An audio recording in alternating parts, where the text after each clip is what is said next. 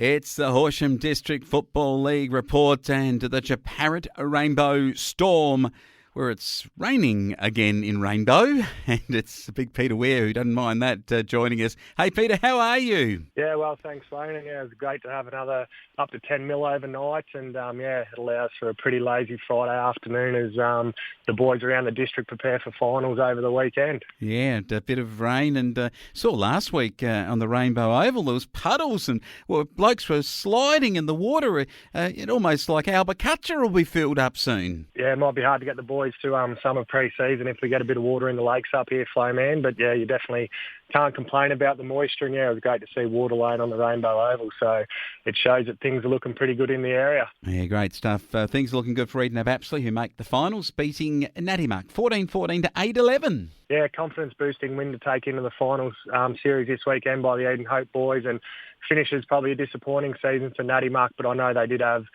interruptions due to COVID and some bad injuries and also a mix of form, but they'll look to bounce back next season. And Rapanya top of the table, 16-19, 115. Beat the Swifts 5-7-37 down in North Park. So a big win for the Rapanya Panthers. Yeah, ticked another box off for the year, the boys, and finished the season on a great note. And I think their reserves also finished atop the ladder, Flowman. So a great season for the senior players of the Rapanya squad, and they'll enjoy the weekend off this week as Stall quickly got to move on as they face Arrow.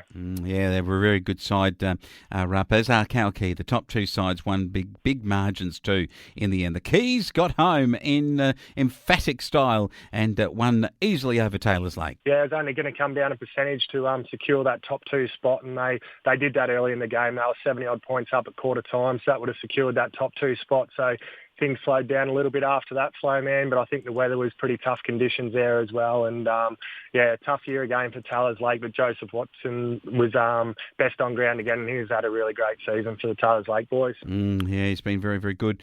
And another really big win for Doradja Quantong when it didn't matter, 19-16 to Pimpernaya 5-5. Yeah, a bittersweet victory for the Doradja Quantong boys. They would have loved to have been in the final series after their previous couple of seasons, but it's not to be this year. And yeah, it was great effort down there by the staff. Flowman, you might have seen a photo floating around that on Friday night after a thunderstorm. The ground was pretty much underwater, so I think the pumps must have worked pretty well Friday night, and allowed for a high-scoring game on the Saturday. Yeah, it's a remarkable effort from the ground staff there at Quantong, and remarkable effort for Harrow Balmoral. They kicked 29-16 to thrash Canova Leor, 4-3, and the Cougars' season decimated. Yeah, I think the Cougars, when they do bounce back, will bounce back hard, so teams probably need to enjoy beating them while they can, because they are a strong club and they will present a strong senior team, no doubt, in the near future. But yeah, Harrow played another 4 quarters of footy as they always do, and run out with big winners just to tune up for the final series. And tuning up for finals were the Jeparit Rainbow Stormers, 16-8, 104 to Laharam, 1-4-10. And it was a big win by the Peter Weir, and I would say Jay Kerwood led the Jeparit Rainbow side. Yeah, Jay was great again. He finished off another really good home and away season, and Jacob Cox has had a great second half of the year, and Scotty Driscoll hasn't played a bad game all year. So there's some great signs there to take into this week's finals. And yeah, it wasn't always the prettiest game, Flowman, but it was a convincing win and a confidence-boosting win, with the only negative being a calf strain to Brad Hunter, which will keep him out this weekend. Yeah, he's got 64 goals for the year, Jay. That's a fantastic performance from him over the season, and we're certainly looking forward to seeing his finals presentation. Having a look at the other grades and what has been a very, very good season for the seniors getting into the finals, hasn't translated through to the reserve grade, who've struggled away through the season, and in the end the Storm boys 11-8 to 1-4 get a final win of the year, and they might think now what might have been. Yeah, they won pretty well on Saturday. It's just been hard for them to gain any real momentum this season. Geordie Leach has done a great job as their senior coach in sometimes trying conditions, Flowman, but it was also great to see the 6 boys named in the best players have all played senior footy the last few weeks. So there's some great form options to bring into the senior team if needed. Preston Clark, Leach, Halloran, Jake Parry and Phoenix Oakley were among the better players there in the reserves. Over to the 17s grade, and the 17s grade was one of those situations where there was what we call no grade, and that's a disappointment for the boys not getting to play. But the 14s was a really, really good finish to the season against a side that is top of the table. Your boys got on the scoreboard and were never mercy ruled, so there's some good signs there. Yeah, the game was actually much closer than the scoreboard appeared, and I think without the Laharan boys having an under-17s team, there seems like there's a couple of bigger boys out there which our boys struggled to go with at times. But I think going into the final series, they can soon forget about it and take a lot of confidence out of their home and away season. And look forward to this weekend's finals, knowing they're a genuine chance. A genuine chance this week against Pimpanayo, Fletcher Keller, Lenny Weir, Dustin Eckerman, Caleb Tregenza, Jasper Bigham and Bronte Effort, the better players there. 3 points was the score to 6-8 to 44 on Laharam's side. Now, talking about finals, now, did somebody script this? Because we've got the junior netball girls and the under-14 boys. They've made it into the finals on Saturday, and then we got the seniors in both the footy and netball playing at Natimak on the Sunday. I mean, that looks like it's been almost worked out for you.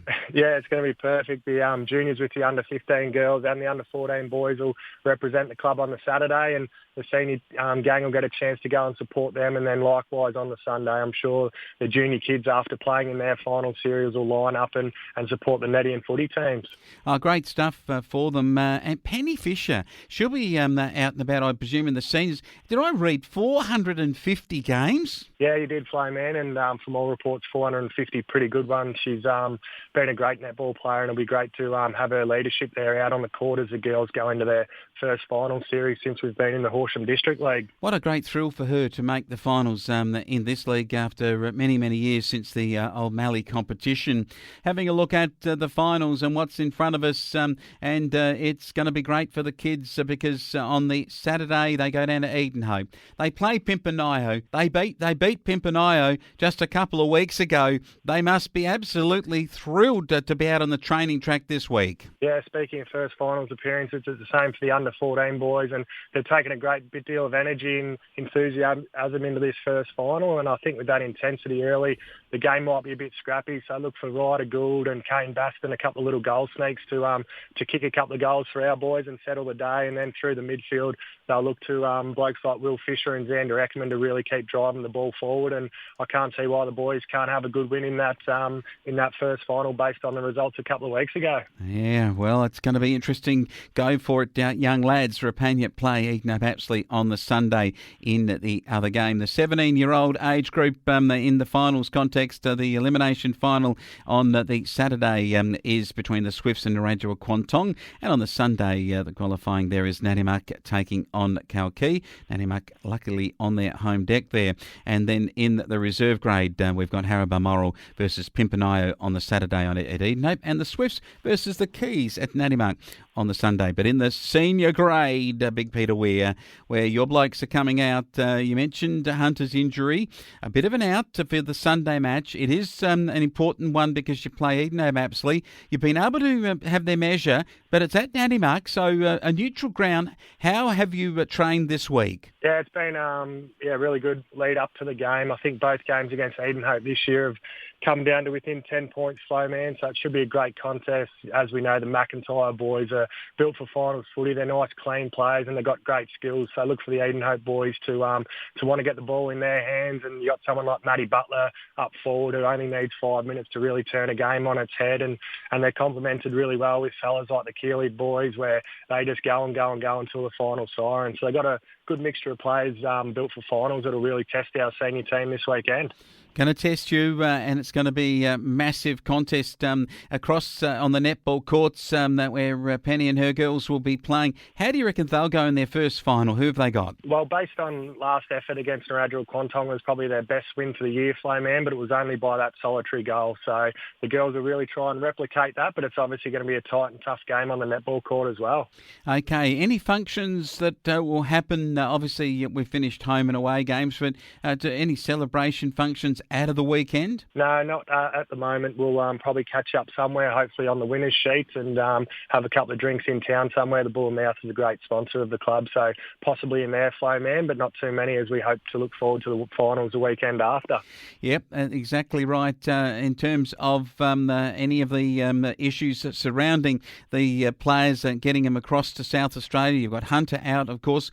Is there any other players that you're concerned about coming into your side? Nah, Hunter's out, and Xavier Oakley, just due to his work commitments, is unavailable this weekend, but Tommy Schumann comes back in after a sore shoulder, and I'm really looking forward to seeing what some of the Geelong boys can do, Flowman. We didn't get to see him play finals last year, but you look at someone like Jay Kerwood, he plays with the intensity required every week, so I can't see why he won't really step up in final series. And Scotty Driscoll and Shane Maslin will be really important around the ball for us, as with our coach Daniel Batson, just getting the hands on the footy first up.